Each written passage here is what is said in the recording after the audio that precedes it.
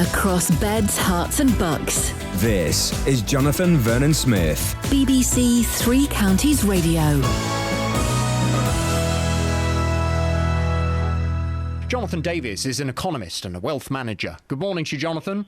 Hello, Jonathan. Hi. So I presume you think it should be much harder to get a mortgage? My view is that this is largely to stop what became known as liar loans, where basically, and in reality, people were lying to borrow vast amounts of money. And this in-depth analysis is to try and stamp that out. It is the best of a bad situation to bring in this new form filling. I'd prefer we'd a totally different situation, but given the current situation that we have, this is the best that we can do. Talk about, however, bolting the door 10 years after the horse has bolted. Well, yes, but as you say, you know, you can't go back and you can't undo things. Something's better than nothing. But your circumstances can change, can't they? You could look at somebody, you could look at me and say, okay, well, today he can borrow this money, but then after the mortgage has all gone through and after I've moved, I then lose my job and I can't then afford that mortgage. So it doesn't give any kind of guarantee, does it, to either the lenders, the borrowers, or the country as a whole, that this is going to stop people getting into trouble with overstretching themselves? It certainly won't. No one can guarantee anything about the future. As I say, what it appears to me, reading between the lines, what they're trying to do is stamp out actual fraud, as opposed to getting us all out of difficulties in the future when they come. You said earlier that one of the issues is when interest rates rise in the future, that's obviously going to be problematic, so on and so on. First of all, I want to make clear to people, I don't think interest rates are going to rise for a very long time. We're seeing record low deflations in some parts of the world, and certainly multi-year low deflations. So interest rates are very unlikely to rise for a long time. Getting back to this, as I say, people's circumstances will change, employment circumstances will change, the whole economy will change to some degree. This is not about sorting out future issues in that sense. It's about stamping out people actually committing fraud.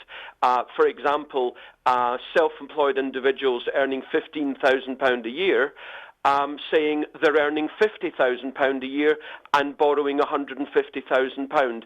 In reality, they're borrowing 10 times their income, but because they made certain statements and because they signed the statement which said, I confirm that this is accurate and so on, then the lender lent the money. But by going into the detail, it's very easy to see whether or not people are committing fraud.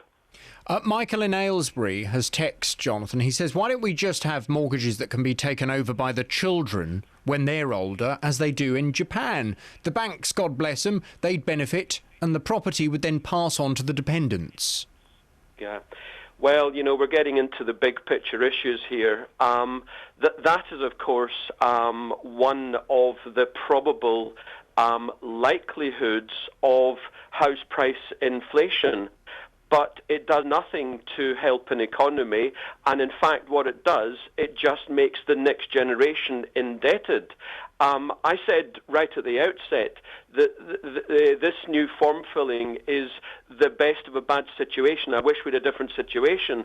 The different situation that I wish we had was a thing called capitalism. And in capitalism, people should be able to borrow whatever they want to borrow, and banks and building societies should be able to lend whatever they want to lend. The difference is, however, when it all hits the fan, the borrowers and the lenders should not be bailed out by everyone else. That is what we should have. But in this highly socialized, almost Marxist economy that we have, where everything is decreed by a centralized regulatory body or the politicians, in this circumstance where banks and borrowers will be bailed out, which is outrageous by everyone else, then, to stamp out fraud, to make sure that people can actually afford to pay a mortgage if, for example, as you say, interest rates were to double, which I don't think they will, that a mortgage would go from 3.5% to 7%, then yes, it's entirely appropriate that people should be able to show that currently, at least, they have the wherewithal to meet that circumstance.